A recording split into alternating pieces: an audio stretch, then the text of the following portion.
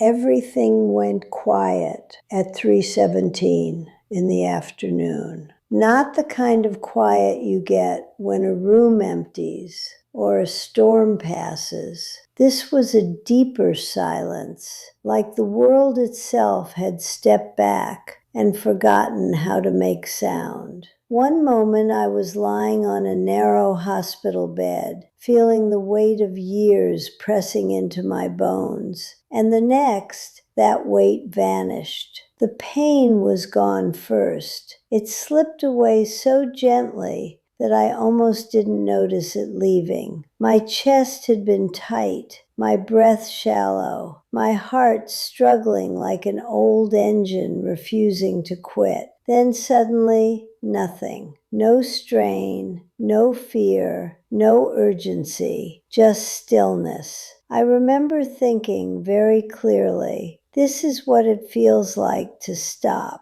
But I didn't feel afraid. That was the strange part. I should have been terrified. A man of 87, alone in a sterile room, watching life slip through his fingers. Yet what replaced the fear was something softer, something steady, a calm that didn't belong to the world I had known. And then I saw my body. It was below me, slightly to the left, lying still against white sheets that looked too clean to belong to real life. Machines surrounded it, their screens flickering with meaningless lines. A nurse rushed in, followed by another. Their movements were quick, urgent, almost frantic, but I felt none of it. I wasn't in that body anymore. I hovered above it, weightless, observing like a stranger who had wandered into the wrong room. I noticed details I would have never paid attention to before. The faint hum of electricity in the walls, the subtle shift of air when someone moved too quickly, the way light bent slightly around objects. I knew, without anyone telling me, that I had crossed a line. Time didn't behave the way it used to. Moments didn't stack on top of each other. They spread out like ripples on water, all visible at once. I could watch the nurse reach for a tool while also seeing her hesitation from a second before. Everything existed together, layered, accessible, but none of it held me. Something else was calling. At first, it wasn't a sound. It was more like a direction, a pull that didn't come from any place I could point to. It didn't demand. It didn't force. It simply existed, and I knew I could follow it. So I did. The hospital room began to fade, not like a light being turned off, but like a memory losing its sharpness. The edges softened, the colors drained, and in their place, something else began to form. A vastness, not empty, but open, limitless in a way that didn't feel cold or distant. It felt welcoming, like stepping into a space that had always been waiting for me. There was light, but not the kind that hurts your eyes. It didn't come from a single source. It was everywhere, woven into everything. It carried warmth, but not heat, comfort, but not heaviness. I realized then that I wasn't moving through it. It was receiving me. There was no tunnel, no dramatic rush, just a gentle transition, as if I had always belonged there and was only now remembering it. And then the feeling came. It's difficult to describe because words don't quite hold it. It was peace, but deeper than anything I had known. It was love, but not the kind that depends on conditions or history. It didn't ask anything from me. It didn't measure me. It simply was, and it surrounded me completely. I became aware of something else then, something like a presence, not separate from the light, but more concentrated, more focused, as if the vastness itself had gathered into a single point of awareness. I didn't see a face at first. I felt recognition before I understood why. It was immediate, absolute. I knew who it was. There was no introduction, no explanation. The knowing arrived whole, complete, undeniable. Jesus, not as a figure from paintings or statues, not confined to an image shaped by human hands. This was something far beyond that, a presence so full of clarity and authority that it dissolved every doubt I had ever carried. And yet there was no intimidation, only understanding. Communication didn't happen through words. It was faster than that, direct. Thoughts, emotions, and meaning all transferred at once, like entire conversations unfolding in a single instant. The first thing I became aware of was that I was known completely. Every choice I had made, every thought I had hidden, every moment I had dismissed as insignificant, nothing was missing, nothing was forgotten. But there was no accusation, only truth. And in that truth, there was something else, an invitation. I began to see my life not as a sequence of events, but as something interconnected. Moments I had long forgotten resurfaced with vivid clarity. A conversation from decades ago, a decision I barely remembered making, the look in someone's eyes when I chose silence instead of kindness. Each moment carried weight. Not the weight of punishment, but of impact. I could feel what others had felt because of me. The kindness I had shown became warmth that flowed through me. The times I had turned away became a subtle heaviness, not painful, but undeniable. Nothing was hidden, and yet I wasn't condemned. The presence, Jesus, did not judge me the way I had always imagined judgment would be. There was no list of wrongs, no tally of failures. There was only understanding. And then something shifted. The focus moved beyond me. It expanded, reaching into something larger, something that felt both distant and immediate at the same time. I began to sense humanity, not as individuals, but as a whole, a vast, interconnected web of lives, stories, struggles, and choices. It was overwhelming, but not chaotic. There was order within it, purpose. And within that vastness, certain patterns became clearer. Divisions, lines drawn by people against each other, boundaries created not by necessity, but by perception, by fear, by misunderstanding. I felt a deep sorrow then, not my own, but something greater. A sorrow that didn't crush, but resonated. And that's when the message came. It didn't begin with words. It began with a feeling so strong that it nearly overwhelmed me.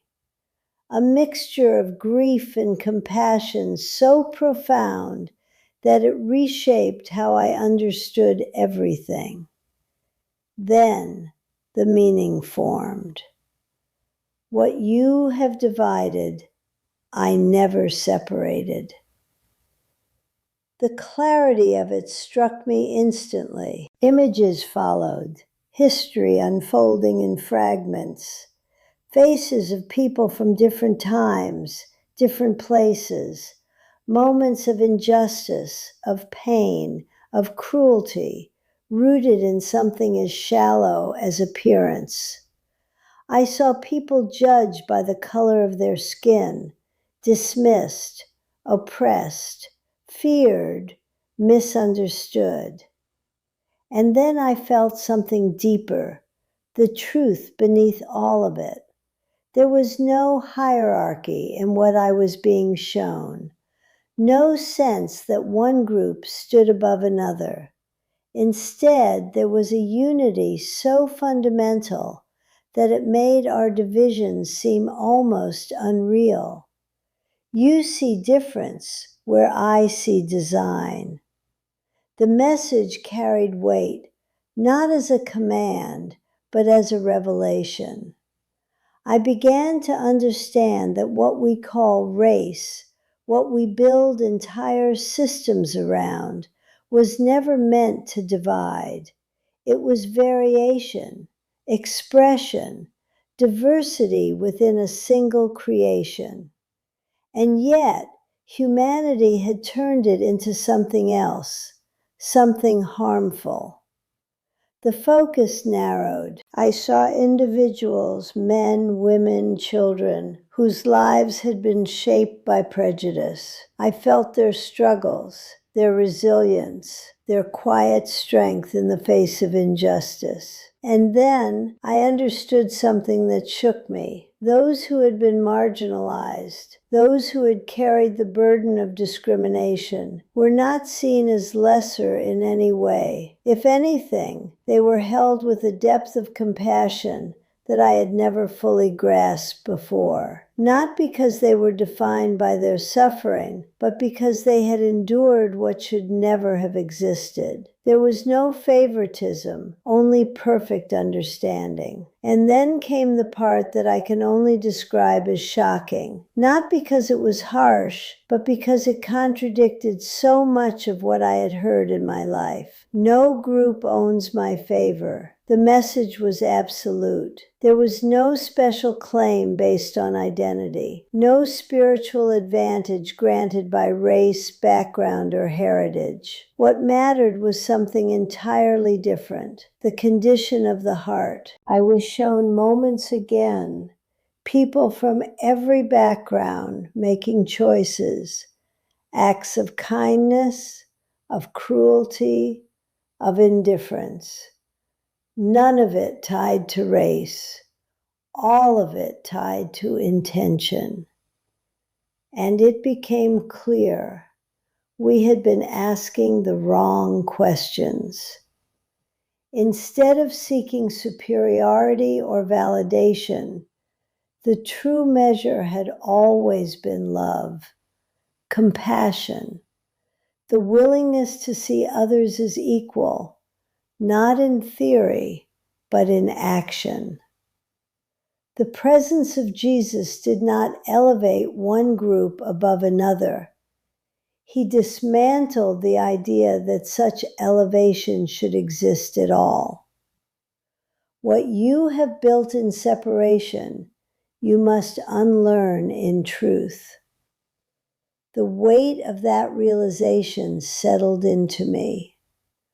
I saw how easily people fall into division, how quickly differences become walls, how those walls are justified, defended, and passed down through generations. And I saw something else, the possibility of something different. Moments where people chose connection instead of division, understanding instead of judgment. Those moments carried a light that stood out clearly against everything else. They mattered more than I had ever realized.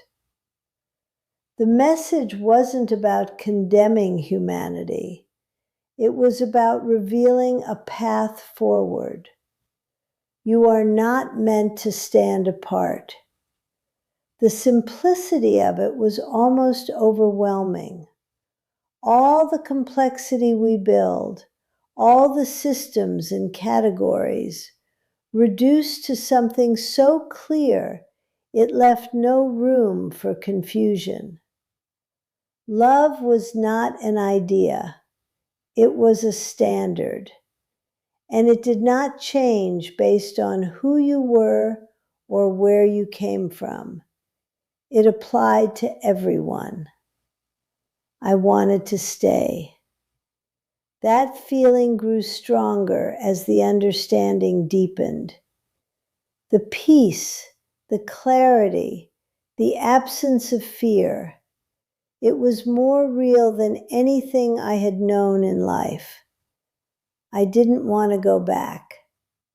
The thought of returning to a world filled with division, misunderstanding, and struggle felt heavy, almost unbearable compared to where I was. And for a moment, I believed I might not have to.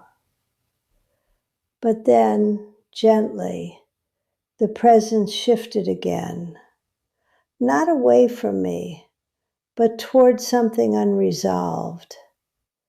There was more. Not for me to learn here, but for me to carry back. The realization came quietly. It is not your time. I felt resistance immediately. Not fear, just reluctance, a deep desire to remain in that place of peace, to stay within that understanding and never return to the confusion of the world. But alongside that desire came something else. Purpose. You have seen, now you must speak.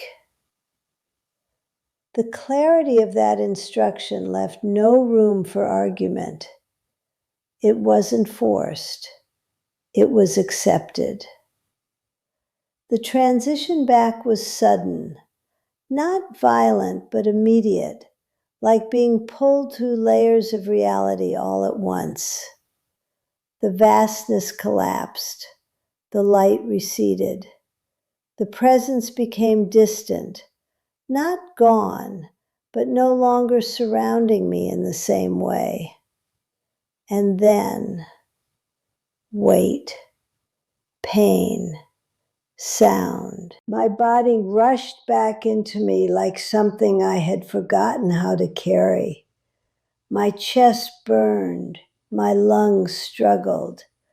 The sharp beeping of machines filled my ears. Voices shouted. Hands moved quickly around me. I was back. The silence was gone. The peace, though, some of it remained. Not as strong, not as overwhelming, but present enough that I knew it hadn't been a dream. 22 minutes, they told me later. That's how long my heart had stopped. 22 minutes between two worlds. I am 87 years old now, and I have spent every day since trying to understand what I was shown, trying to find the right words, trying to explain something that was never meant to fit into language. But this much I know. What we divide, heaven does not. What we elevate, heaven does not recognize.